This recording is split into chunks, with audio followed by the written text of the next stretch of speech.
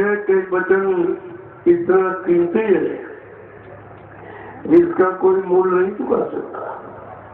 ये संत महापुरुषों के अनमोल वचन, अनमोल मोती है। इन्हीं वचनों को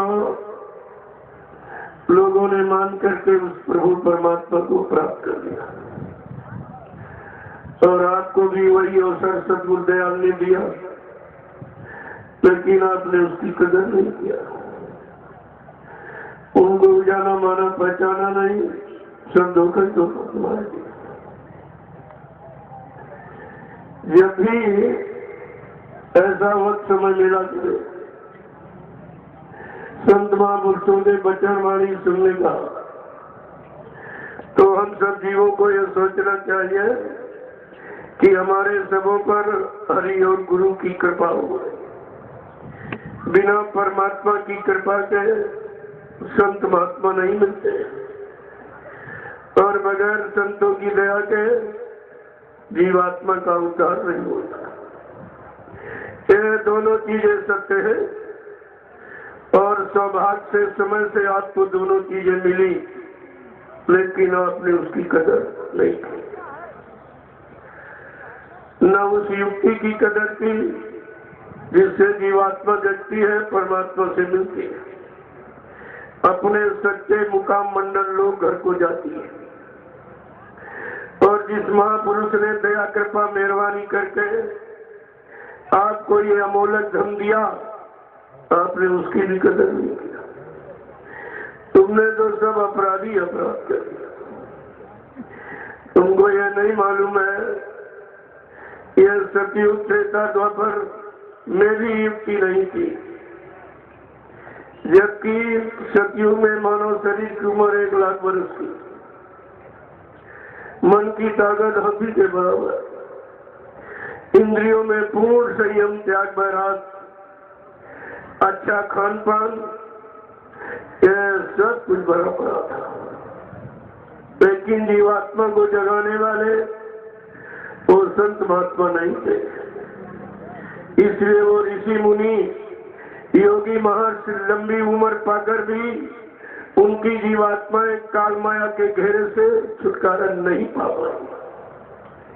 यही पर तपस्या त्याग संयम करके राजपाट धन दौलत मान सम्मान अधिकार सामान सब कुछ प्राप्त कर लिया, लेकिन जीवात्मा को जगाने वाली वो परमात्मा की युक्ति नहीं प्राप्त कर पाएगा। क्योंकि परमात्मा जीवात्मा को जगाना, परमात्मा से मिलाना, फिर जीवात्माओं को उनके घर पहुंचाना, ये काम इस सृष्टि में संत सद्गुरु का है, तो और किसी का है। कोई भी ये काम तुम्हारा नहीं कर सकता। लेकिन तुमने संत मत की परिभाषा को भी नहीं जान पाया कि संत मत का मतलब क्या होता है।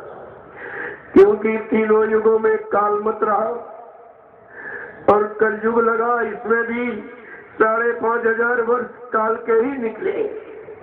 केवल अभी 750 वर्ष लगभग पूरे होने जा रहे हैं जब से जीवों को संत नाम सुनने को मिला। ये संत नाम न सतयुग न त्रेता न द्वापर, 4 वेद 6 7 18 पुराण 19 उपनिषद और 36 ऋचाएं जो धर्म चर्चा कागज पर लिखी गई, इनमें भी संत नाम नहीं है। जब संत आए ही नहीं तो युक्ति कौन देता? जीवात्माओं को कौन जगाता? यहाँ मन को जगाने वाले शारीरिक योग, शारीरिक क्रियाएं, शारीरिक शुभ कर्म आपको कराए गए, जिससे मन जगा, मन में भोग वासना जगी, मन में मान सम्मान अधिकार पाने की इच्छा जगी, लेकिन जीवात्मा नहीं जगी और न परमात्मा की तरफ चली। कितना बड़ा तुम्हारा काम है इस गंदे युग में, गंदे खान पान के बीच, गंदी संग सोबत के बीच फंसे मानव को ऐसी अच्छी दिशा का ज्ञान कराया महापुरुष ने, लेकिन आपने उनकी कदर ही नहीं की। उनको आपने जाना माना पहचाना नहीं, सारा धोखा हो गया। और ये ऐसा धोखा जिसकी भरपाई रुपए पैसे धन दौलत सामान से आप नहीं कर सकते हो। क्यों? सदगुरु की दया ये मोल नहीं बिकती है, न किराए पर चलती है, ये उनकी मौज मर्जी दया पर निर्भर है। जिस पर खुश हो जाए, जो इनको खुश कर ले। इनकी खुशी रुपए पैसे से सामान से नहीं होती। गुरु नहीं भूखा तेरे धन का, इन पर धन है नाम रतन का। गुरु तेरा उपकार करावे, भूखे प्यासे को दिलवावे। कहते ये धन के भूखे नहीं है। इसलिए जीवों के लिए कहा गया कि जब जब संत जगत में आवे, खोज भाग उनके ढिंग जाओ। हाजिर रहो गिरो चरणों में, करो बंदगी निर्दिल लाए। कहते जब कभी ऐसा अवसर मिल जाए, तुमको सब घर के कार्य को छोड़ करके उनके अमृतमयी वचनों को सुनने के लिए जाना चाहिए। पता नहीं कौन सा वचन तुम्हारे मन को घर कर जाए, मन को सुधार दे, स्थिति बदल दे, तुम्हारा काम हो जाए। आपको ये हमेशा तलाश रखनी चाहिए थी, लेकिन काल ने ऐसा दांव लगाया। दयाल के पास पहुंचे थे, लेकिन निकाल दिया, आपको हटा दिया, पकड़ करके फिर आपको वहीं पर ढकेल दिया जहां से चले थे।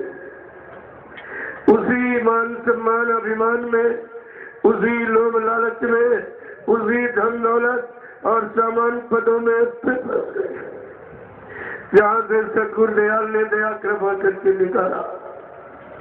तो तुम्हें कुछ नहीं समझ पाया, एक भी बात तुम्हारी समझ में नहीं आई, और ये सब का सब मसाला जो करते हो छूट गए। प्रेमियों, जिस समृद्ध महापुरुष की ये पुण्य पावन तिथि जिस पर आप पधारे हो, उस महापुरुष की अगर दया न होती तो मैं आपको ऐसा समृद्ध मालिक नहीं देता। यही की कृपा है। इन्होंने ऐसा समृद्ध मालिक, समृद्ध गुरु दिया है, जो जिसने सृष्टि को उबारने का संकल्प लिया है, संपूर्ण जीवात्माओं को जगाने का, परमात्मा से मिलाने का, अपने नाम जहाज पर बैठाल कर इन जीवात्माओं को इनके घर पहुंचाने का जिसने संकल्प लिया है और प्रतिज्ञा की है और वादा किया है, एक छोटी मोटी चीज नहीं है। इतना बड़ा वादा, संकल्प, प्रतिज्ञा इस मृत्यु लोक मंडल में किसी ने नहीं की, और किसी के इतिहास में ऐसी दया नजर नहीं आती है। लेकिन आपने कुछ नहीं समझा। इस पावन पुण्य तिथि पर देश के कोने कोने से आए श्रद्धालुओं को, प्रेमियों को इन तिथियों पर कुछ न कुछ संकल्प लेना चाहिए। बुराई छोड़ने का, अच्छाई पकड़ लिया, तब तो तुम्हारा भला हो सकता है। और तुम ऐसे आते रहे जाते रहे, कोई सुधार नहीं, कोई परिवर्तन नहीं, कोई गंदगी हटाई नहीं, कोई कर्मों के जाल को समझा नहीं, तो आना जाना तुम्हारा व्यर्थ हो जाएगा। ये बाजार मेला नहीं आते हो जाते, ये तो दया का घाट है। दया के घाट पर बैठकर सदगुरु दयाल से हमेशा दया की भीख मांगनी चाहिए, और अपने शैतान मन को, उनके वचनों को पकड़ने की, उनकी दया लेने की भीख मांगनी चाहिए। और आपको कोई प्रार्थना नहीं करनी। प्रार्थना का मतलब ही है आंतरिक हृदय की पुकार, निर्बल का बल। ये तो प्रार्थना का प्रारूप है। लेकिन जब आप तुम गाना बजाना समझते हो, तुम गाते रहे, धोखा हो गया।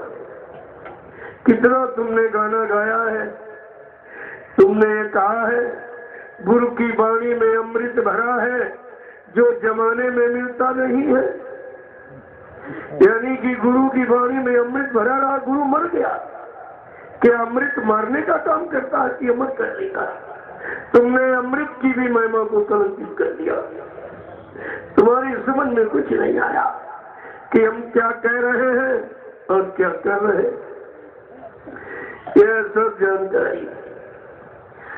और आपने ये भी कहा, इनके दर्शन में, इनकी दया लेने में, चाहे अग्नि में जलना पड़े, कांटों पे चलना पड़े, चाहे छोड़ के देश निकलना पड़े, और घर से निकल के तुम कार्यक्रम में नहीं आ पाए, और देश से निकलने का वादा ऐसा झूठा था। उसी झूठ की तो ये परीक्षा हुई है कि तुमने जो गाना गाया है वो तुम्हारे में है कि नहीं है। गुरु को ऊपर ऊपर गाता, अंदर में क्यों नहीं लाता। ये तो अंदर का विषय था, जो बाहर गाते रहे वो फंस गए। और ये भी तुमने संकल्प लिया कि तुमको छोड़ के कहीं नहीं जाऊंगा। गैर के द्वारे जाके गर्बंदा झुका और फरकाए कि मालिक तेरे नाम पर। अब तुमने जहाँ पर सिर झुकाया है, जिनकी शरण नहीं है, वो इंसान भी नहीं, शैतान से भी बनता है। जिसने गुरु को नहीं छोड़ा तुम्हें क्या छोड़ देगा। गुरु को नहीं बख्शा तुम्हें क्या बख्श देगा। जिसने गुरु को नहीं पहचाना तुम्हें क्या पहचान लेगा। जिसने अपने को नहीं जाना तुम्हें क्या जानेगा। यह सब जानकारी आपको रखनी चाहिए। सत्संग का मतलब कथा वार्ता नहीं, उसकी कान से सुना निकला दिया। अगर उन बच्चों को पकड़ के रखा होता तो तुमको स्मृत लोक मंडल में कोई बहकाने वाला पैदा ही नहीं हुआ था। इतने अनमोल वचन सदगुरु दयाल ने आपके लिए रखे, लेकिन तुमने एक भी वचन को पकड़ के नहीं रखा। अब तुम गर्दन की ठोकरे का अभी क्या है जो आगे समय खराब आ। देखो, जब भूख लगती तब रोटी की कदर होती, और प्यास लगती तब पानी की कदर होती है। जब यह जीव आपत मुसीबत दैवी प्रकोप में फंस जाएगा, चारों तरफ घिर जाएगा, तब सतगुरु दयाल की कीमत होती है। इसके पहले कोई नहीं चुकाता। तभी तो ये लीला की गई है कि देखे कितने लोग हमको चाहते हैं, कितने हमारी संपत्ति धन दौलत को चाहते हैं, कितने हमारे पर कुर्बान है, कितनी मेरी दौलत जमीन जायदाद पर कुर्बान है, कितने मेरे चेले हैं, कितने मेरे चेलों के चेले हैं, कितने गुरुमुखी है, कितने मनमुखी है, कितने संसारी है, कितने सत्संगी है, कितने भजनानंदी है, कितने विषयानंदी है। ये परीक्षा है। और कहा भी था बहुत पहले बाबा जी ने कहा, बच्चा जब मेरी संगत बढ़ेगी, जैसे नदी में बाढ़ आती है ऐसे संगत बढ़ेगी ये भविष्य में। तब मैं कहा तब छटनी होगी और कटनी होगी, और इस पर भी जो लोग नहीं माने तो कुदरत चटनी भी करेगी। यह सब तुम्हारे सामने पहले से पहले। कोई ये नहीं कह सकता कि हमको उनके वचन मालूम नहीं थे, लेकिन ध्यान नहीं दिया। कहा था जब मेरी संगत बढ़ेगी तब बच्चा में एक छोटी सी परीक्षा होगा। वैसे उनके इशारे रहे तो वही कहा, मैं समय से एक तीर चलाऊंगा, मेरे एक तीर में हजारों निशाने होंगे। कहा उस समय मैं देखूंगा कि मतलब यही कि हमको कितने लोग चाहते, हम पर कितने फिदा है, हमको अपना गुरु कितने मानते हैं। यही तो परीक्षा है। तो कहा था मैं ये सब करूंगा, और कहा था फिर भविष्य में एक ऐसी नाजुक स्थिति पैदा करूंगा, फिर उसमें ऐसा घेर फंसा दूंगा जो हिंदुस्तान का विश्व में कोई निकाल नहीं पाएगा और टूट जाएगा। इसमें बच्चा बड़े बड़े मगरमच्छ फंसेंगे। देखिए इशारा महापुरुष का, बड़े बड़े मगरमच्छ फंस जाएंगे। इस इशारे को कौन समझेगा। प्रेमियों, मगरमच्छ तो जल का बड़ा जीव होता है। जब उसको भूख लगती है, जल के छोटे छोटे जीवों को मार के खा जाता है। लेकिन सतगुरु दयाल का इशारा, मगरमच्छ, संगत के मगरमच्छ कौन है? जो इन गरीबों की खून पसीने की कमाई सेवा के नाम पर, गुरु के नाम पर लेके जो खा रहे या खा गए। कहा ये मगरमच्छ है और एक भी नहीं बचेगी। कहा मैंने ऐसा जाल बना रखा है, छोटा बड़ा कोई नहीं बचेगा। इनको क्या मालूम, बाबा जी ने बहुत पहले कहा कि बाबा की खोपड़ी में क्या है कोई क्या जाने। अभी तब समझ नहीं, जब मेरा काम हो जाएगा तब तुम पीछे से दौड़ोगे तो फिर इतिहास में तुम्हारा नाम नहीं होगा। तो काम करने में जो समय के पर जाग जाते हैं, खेत जाते हैं, समय से लग जाते हैं, तो समय के इतिहास में अपना नाम लिखा लेते। तो समय के इतिहास को याद करो। क्या भगवान राम को किसी ने भगवान माना? इंसान भी नहीं माना था। उनके माँ बाप नहीं पहचान पाए थे। अगर पहचान जाते मेरा बेटा भगवान है तो 14 वर्ष के लिए जंगल में नहीं ढकेलते, कोई नहीं पहचान पाया।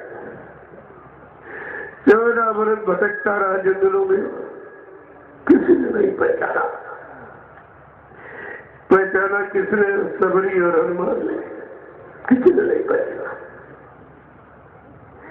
अगर उस समय के क्षत्रियों ने पहचाना होता तो प्रेमियों त्रेता में क्षत्रियों का इतिहास बनता, यानी कोल भील बंदरों का नहीं बनता।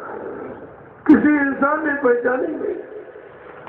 कोल भील बंदरों को 14 वर्ष जंगलों में भटक कर, परेशान होकर, दर दर भाग कर, दौड़ कर, आपत्ति मुसीबत संघर्ष उठा करके उन कोल भील बंदरों को जगा दिया, उन्हीं से परिवर्तन करा दिया।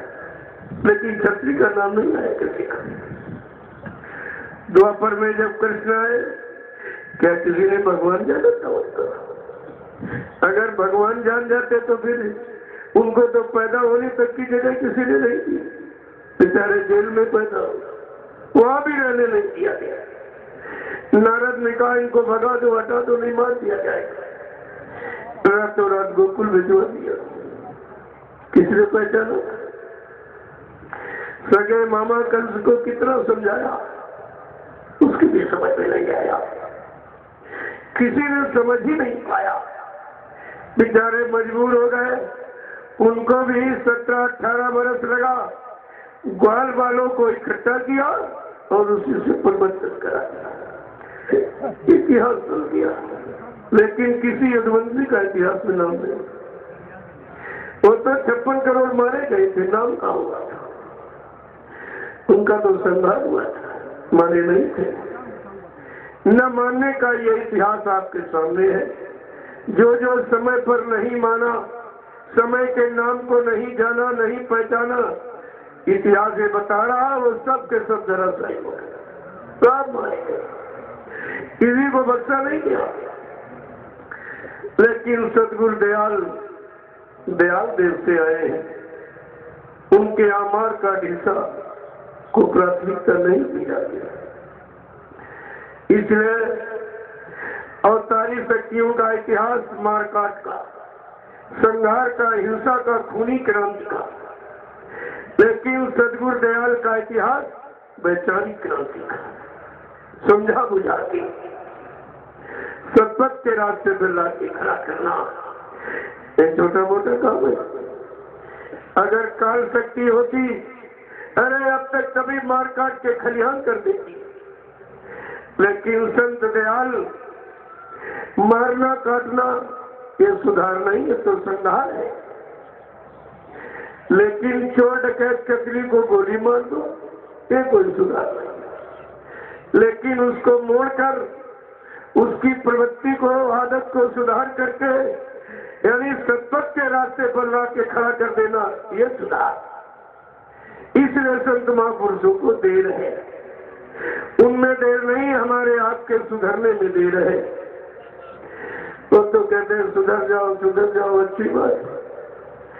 खैर मैं तो नहीं करूंगा, लेकिन कुदरत नहीं मानेगी। जब वो करेगी तो एक बार ये एकदम सफाया, कुछ नहीं बचेगा। अभी तो एक बचने की आवाज लगाई जा रही है। भगवान कृष्ण ने बहुत सुनाया, समझाया, एक भी यदुवंशी मानने को तैयार नहीं हुआ। अंततो गत्वा पछता करके मजबूर होके, लाचार होके, विवश होके उनको ये लीला 18 दिन की, इसको महाभारत के दुख करनी ही पड़ी, मजबूर कर दिया लोगों को।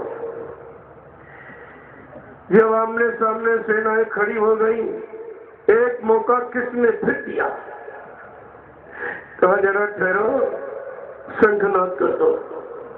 जब शंख बजाया गया तब लोगों का आप शंख बजाने का क्या मतलब है, अब तो लड़ाई ही होनी है। कहा नहीं, एक मौका और दिया जा रहा, अब भी जो धर्म पक्ष में आना चाहता हो आ सकता। इतनी गुंजाइश हुई, रखी देखो उन्होंने।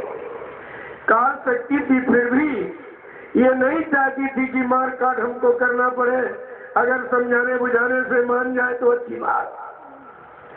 तो कहा अभी जो धर्म पक्ष में आना चाहता हो, अभी रात बाकी है, सुबेरा होते ही लड़ाई शुरू हो जाएगी, फिर जात पात बिरादरी कुछ नहीं, लड़ाई। प्रेमियों, सतगुरु दयाल ने अपने भक्तों जीवों के लिए एक मौका दे दिया, अभी जो गुरु पक्ष में आना चाहता हो आ सकता। मेरा कोई पक्ष नहीं है, न मेरा कोई गुट है। मैं तो यही कह रहा हूं, अगर गुरु पक्ष में, गुरु प्रेमियों, अब